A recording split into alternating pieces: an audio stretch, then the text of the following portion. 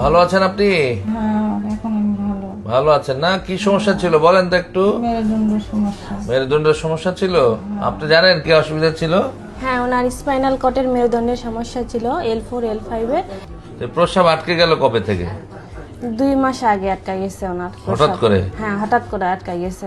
আচ্ছা, ওনার যেটা প্রবলেম ছিল তো ওনার আসলে লাম্বার 4-5 এ একটু ডিস্কের সমস্যা ছিল এবং এটার জন্য উনি বিভিন্ন ধরনের চিকিৎসাও নিয়েছিলেন, বাট ওনার প্রস্রাব আটকে গেছে হঠাৎ করে, যেটা আমরা কর্ডাইকুনের সিনড্রোম বলি। এবং আমরা যখন এক্সরে করে যেটা দেখা যায় যে ওনার একটা হাড্ডির উপরে চেপে আসছে, যেটাকে স্পন্ডালোলিস্থেসিস বলে, এবং এটার কারণে প্রস্রাবটা ওনার আটকে গেছিল। বুঝতে পারছেন তো? এটা আসলে সাথে সাথেই অপারেশন করা উচিত।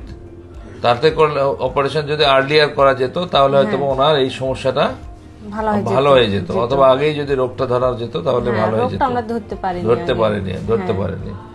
আচ্ছা, ওনার আমরা অপারেশন করছি 3 দিন হলো না? 2 দিন। 3 দিনে আজকে দিয়ে 3 দিন হলো। 3 দিনে। হ্যাঁ, উনি উঠে বসছে। নরমালি আগে যেটা ছিল আমরা এই ধরনের অপারেশন, যখন হাড্ডি আর একটাতে সরে যায়, এটাকে স্পন্ডালোলিস্থেসিস বলে। এই ধরনের সমস্যাতে সাধারণত অপারেশন করার 3 দিন রোগীরা শুয়েই থাকে। হ্যাঁ, বুঝতে পারছেন? কিন্তু আপনার মা না, হ্যাঁ, আপনার মায়ের যেটা হয়েছে যে আমরা অপারেশনের 3 ঘন্টা পরে কিন্তু হাঁটাইছিলাম, হ্যাঁ, উনি হাঁটতে পারছেন। হাঁটতে পারছেন। এখন উনি নিজে নিজে উঠতে পারতেছেন, বসতে পারতেছেন, হাঁটতে পারতেছেন, নিজে চলাফেরা একাই করতেছেন। পুরোপুরি স্বাভাবিক মানুষ হয়ে হয়ে গেছে না? স্বাভাবিক। এবং হলো যে ওনার যেটা বিষয়, আমাদের বাংলাদেশে প্রথমবারের মতো এই ধরনের অপারেশন আমরা করলাম, যে ওনার হলো যে নাট স্ক্রু সব যেটা আছে সেটা কিন্তু কাটাছেড়া না করে ফুটা করার মাধ্যমে আমরা কিন্তু সম্পূর্ণটা দিছি। এবং এই যে ফুটা করলে মানুষ যে নিজে নিজে চলাফেরা করতে, তার দ্রুত চলাফেরা করতে পারে, সেটাই হচ্ছে যে ওনার এই জিনিসটার জন্য, এবং খুব দ্রুত রিকভারি হয়। হ্যাঁ, খুব দ্রুত রিকভারি। তবে আমার মা এখন 100-র মধ্যে 98% সুস্থ। 98% সুস্থ। হ্যাঁ, মাশাআল্লাহ মাশাআল্লাহ।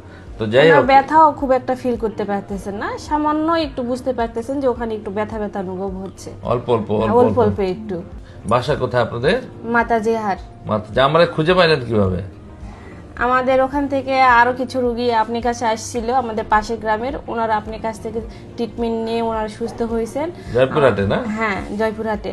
ওখান থেকে আমরা খোঁজ খবর নিয়ে আবার এখানে আপনার কাছে আসছি। ধীরে ধীরে আসছি। হ্যাঁ, তো ওনার আসলে একটা শারীরিক তো বড় ক্ষতি হয়ে গেছে, আপনারা যা জানেন যে প্রস্রাব যেটা আছে। তো এটা আসলে বেশিরভাগ সময় দেখা যায় অপারেশন হলেও প্রস্রাব যেটা আটকে যায় সেটা কিন্তু আসলে অনেক সময় উন্নতি হয় না, এটা মেনে নিতে হবে।